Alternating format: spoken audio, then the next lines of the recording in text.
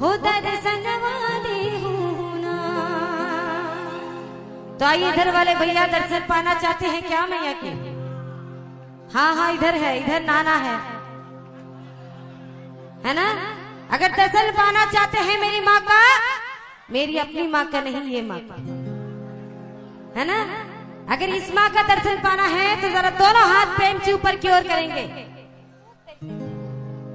बोली सच्ची दरबार की। तो आइए झूमते गाते हुए माँ के चरणों तक चलेंगे और माँ से कहेंगे क्या? जोड़े जोड़े नारियल, जोड़े जोड़े नारियल, तो ही चढ़े बोना कि मैया, तो ही चढ़े बोना कि मैया, खोली न हो के बढ़िया हो दर्शन वाले होना। क्या बात है, बहुत अच्छा साथ दिल से मुझे मिल रहा है। मैं चाहूंगी कि हमारी माता बहनी भी अगर ऐसा साथ दे तो मुझे बहुत खुशी होगी। बोली सच्ची दरबार की।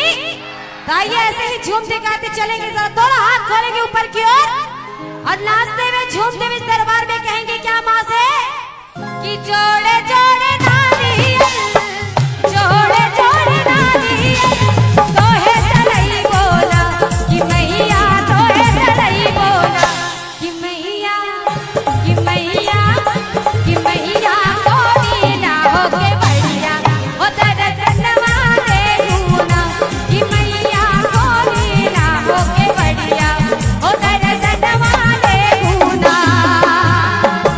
जोड़े जोड़े नारियल, जोड़े जोड़े नारियल, तो है चलई बोला कि मैया, तो है चलई बोला। और मैं चाहूंगी कि इधर हमारे भैया लोग खड़े हो गए हैं ना, तो एक बार आप लोग जरा हाथ खोल देंगे ऊपर की ओर, दोनों हाथ ऊपर भैया। पीछे वाले माँ ने हाथ दिए हैं और वो भी बहुत सुंदर सुंदर लंबे लंबे हाथ है ना? तो दोनों हाथ माँ के लिए काम में लाएंगे, दोनों हाथ के ऊपर की ओर। क्या बात है, बोली सच्ची दरबार की। तो आइए सभी हाथ खड़े करके माँ से कहेंगे क्या कि जोड़े जोड़े नारियल, जोड़े जोड़े नारियल, तो है चलई बोला कि मैया, तो है चलई बोला कि मैया, कि मैया, कि मैया, कोई ना हो के बढ़िया हो दर्शन वाले होना कि मैया, कोई ना हो के बढ़िया हो दर्शन वाले होना।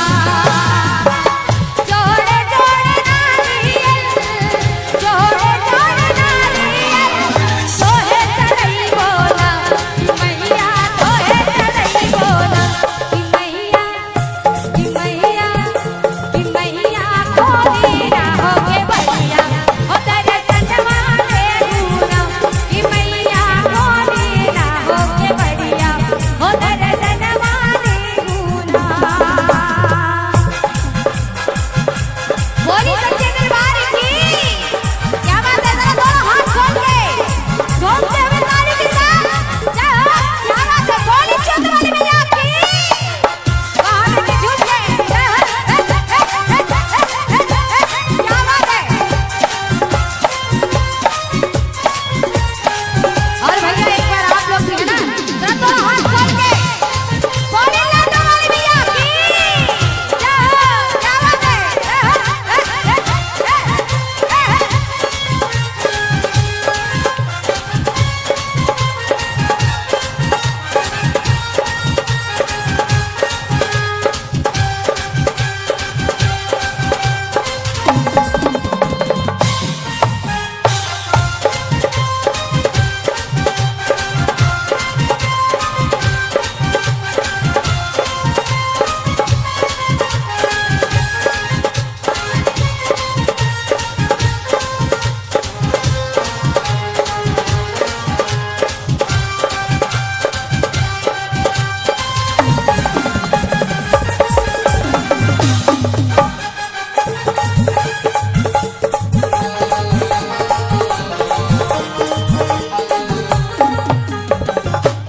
और आइए हमारे भैया लोग तो खड़े होके झूम रहे हैं, यहाँ कौन झूमने वाले हैं जरा खड़े हो जाइए। ताली बजाने वाले बहुत है, झूमने वाले कौन है जरा खड़े होके बताएंगे। बस एक हमारी छोटी बहन, एक आंटी जी, एक वहाँ हमारी बहन है और आप हैं। तो तो हाथ क्यों दिखाना है, खड़े होके दिखाइए ना, है ना, खड़े होके आइए। बोली सच्चे दरबार की क्या बात है, यहाँ सच्चे भक्त है, मैंने कहा तुरंत खड़े होके। बोली सच्चे दरबार की, बोली शेरवाली मैया की। तो आइए झूमेंगे इस दरबार में, क्योंकि ये दरबार कल नसीब नहीं होगा हम लोगों को। 1 साल के बाद अगर नसीब अपना है अच्छा, तो ही फिर दर्शन होगा इस दरबार में। तो ये रात जो मिली है हमें, हम सबको, आइए इसका लाभ उठाए, माँ की भक्ति में सराबोर हो जाए। बोली सच्चे दरबार की, बोली शेरवाली मैया की। जाइए झूमते हुए भैया जी कहेंगे क्या कि जोड़े जोड़े फूलावा, जोड़े जोड़े फूलावा, तोहे चढ़ई बोला कि मैया तोहे चढ़ई बोला। बस ताली बजाना है, नाचना किसी को नहीं आता, मैंने नाचने के लिए खड़ा किया।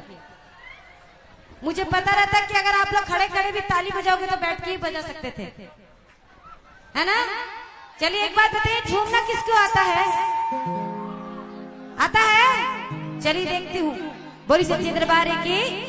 तो आइए कहना है कि जोड़े जोड़े फूलावा, जोड़े जोड़े फूलावा, तोहे चढ़ई बोला कि मैया तोहे चढ़ई बोला कि मैया, कि मैया, कि मैया कोई ना होके बढ़िया हो तेरे सनमा देखूंगा कि मैया कोई ना होके बढ़िया हो तेरे सनमा देखूंगा।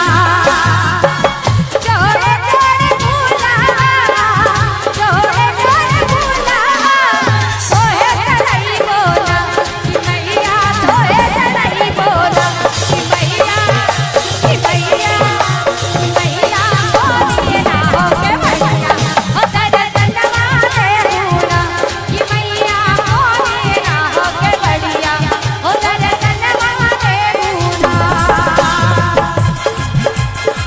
बोली जोतवाली मैया की, बोले बाबा भूतनाथ की, बोले बजरंगबली की, बोले बाबा बिहारी लाल की।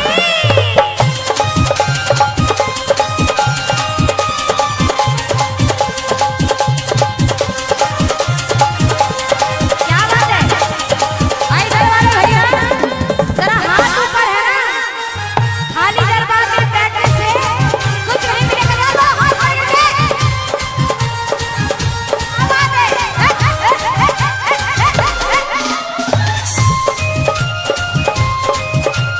बोली जोतवाली मैया की।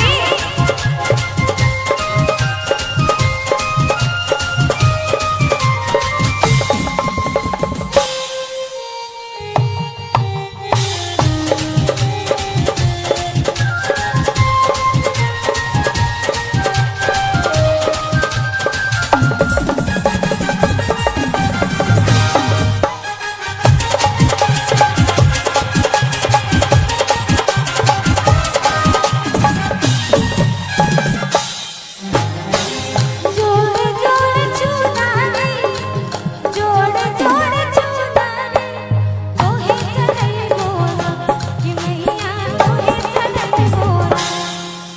बोली सच्चे दरबार की, बोली सच्चे दरबार की। भैया ध्यान इधर दीजिए, माँ इधर है उधर नहीं, है ना। इनके लिए आए हैं हम सब, तो इनके चरणों में ध्यान लगाएंगे, इनके भजनों में, बात बाकी काम कल भूल जाए, कल के ऊपर छोड़ दे। बोली सच्ची दरबार की। एक बार जरा पीछे जितने भी भैया जो खड़े हैं हमारे भक्त खड़े हैं, जरा मैं चाहूंगी कि आप लोग दोनों हाथों को ऊपर की ओर करेंगे, क्योंकि मैं देख रही हूँ कि तब से कंजूसी आप लोग कर रहे हैं। अगर हाथ उठाने में और माँ के सामने हाथ फैलाने में कंजूसी कर देंगे तो माँ भी अपना आशीर्वाद देने में हाथ पीछे कर देगी, इसलिए जरा दोनों हाथ को खोलेंगे। बोली सच्ची दरबार की।